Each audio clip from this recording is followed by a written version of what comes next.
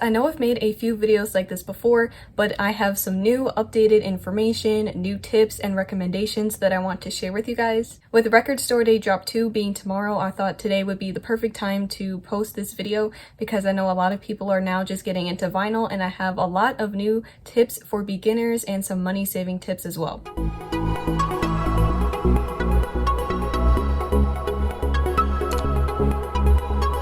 This video is mainly for beginners who are on a budget. Right now, I want you to think about your budget going into this hobby of vinyl collecting because it is an expensive hobby, so you really need to know what you're getting yourself into. I thought it would be the easiest to follow if I split this video into 3 parts based on your plan for your vinyl record collection. Ask yourself right now if you only plan on being a casual listener where you only listen to your records maybe once a week, maybe less than that, and you don't really care about sound quality, and if you just want a small collection that you'll only go to once in a while. Or do you plan on listening to your records like every day? You want to have a really big collection that'll last a long time, and maybe you do have a bigger budget. If your answer is you have a smaller budget and you only want to be a casual listener, then keep listening to this video. Skip to this timestamp if you have a bigger budget and you plan on being an audiophile and you want to listen to your records all the time. And then skip to this timestamp at the end where I will talk about my specific money saving tips for vinyl records, equipment, cleaning supplies, all that other stuff. So part 1 and 2 are mainly going to be about turntables, what you need to get started on day 1, the minimum amount of stuff you need, and also it depends on your budget. And then part 3 is specific tips for like equipment, records, and other extra stuff. So let's get started with part 1, which is the casual listener / smaller budget type of person. Probably my biggest piece of advice for this video is just to get a turntable that accomplishes your goal. So right now in this like hypothetical scenario, you're probably going to need at least $100 to get started. So that's the budget for part 1. That will get you all of the bare minimum essentials to get started record collecting. Now to some of you, $100 might be a lot, but like I said in the beginning of the video, record collecting is a very expensive hobby and you're going to need at least $100 to get started. So really ask yourself if this is something that you really want to get into. If you can't afford it right now, you can always save up your money and upgrade later or start your collection later. So for a casual listener on a smaller budget, a turntable is going to cost you about $50 to $60 depending on where you look. You've probably heard of the suitcase models or the Crosley type of record players. Now I do not recommend these types of players at all if you're going to be like an audiophile type of person and you want to have your collection for a long time, like long-term use. Suitcase models are definitely better for short-term use, but again, I'm just trying to think about everybody's situation, and if you don't want to spend a whole lot of money and this is just a small hobby,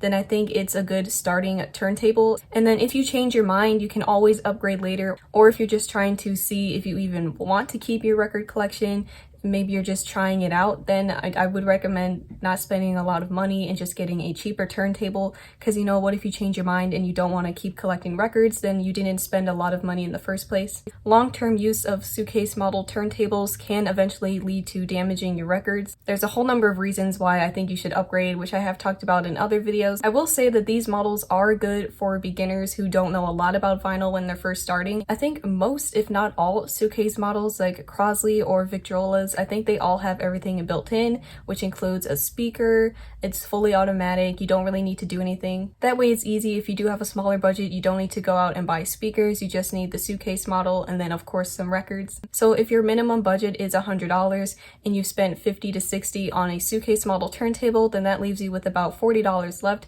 which you can now spend on some records. There are other things like cleaning supplies, inner sleeves, outer sleeves, stuff like that, but you can always wait and get that stuff later. I didn't buy any sleeves or cleaning supplies until months after I started my collection. So again, just to recap part 1, this is for the person who has a smaller budget, around $100, and you just want to be a casual listener. Maybe you only play your records once a week and you don't really care about sound quality, you just want to have some records to get started into the hobby. So while I do not recommend Victrola's or Crosley suitcase model turntables for long-term use, if that's all that you can afford and you still want to get into vinyl, then go for it. It's all depending on your budget.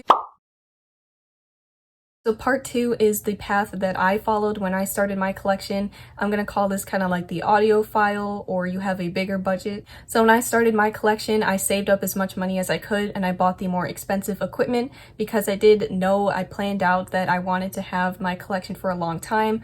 I wanted it to be a kind of a big collection and I cared about sound quality, and so I wanted to get all the best equipment and supplies. So for this scenario, I think a $200 budget would probably be the best. I recommend the brand Technica. When I first got my turntable, it was so easy to set up and use. It's an all-in-one turntable similar to the suitcase model, but it is more expensive and it does have better parts. I recommend the Technica LP60X. This was a very good entry-level model. It's got a built-in preamp, it's fully automatic. All you need to do is just follow the instructions to set it up, which was super easy. It only took me a few minutes, and then you just hit start. Because it's fully automatic, you don't need to move the tone arm yourself. If you're worried about doing that, you can if you want to. There is the option to, or you can just press start and it'll do it for you. I think an all-in-one turntable like this is very easy just to get started on day one. As you learn more about vinyl, you can always upgrade later and buy yourself different amplifiers and speakers and stuff like that. Right now, this turntable is about $140 depending on where you look. So really the only thing that you need for this turntable is a pair of external speakers. Since it is a wired connection, you can get a really decent pair of speakers for about $30 to $40 on Amazon or Best Buy, wherever. To sum it up, the $200 will get you an Technica LP60X turntable. It'll get you a decent pair of $30 to $40 speakers and at least one record. And now for part 3, I am going to give you guys all of my money saving tips for buying records, equipment, cleaning supplies, all that good stuff. So if you're comfortable with buying used vinyl, I highly recommend it. Most of the records in my collection are used and pre-owned. If you're buying used vinyl, just take a look at the condition of the record. Make sure it's playable, it doesn't have any skips, make sure it looks clean, and you can always, again, clean it when you get it. But buying used vinyl will save you so much money if you don't care about it being brand new. That kind of goes along with the whole thrifting thing. You can go to like yard sales, garage sales, again, Goodwill, to find cheap records by thrifting. I know at least on Depop you can do trades with people.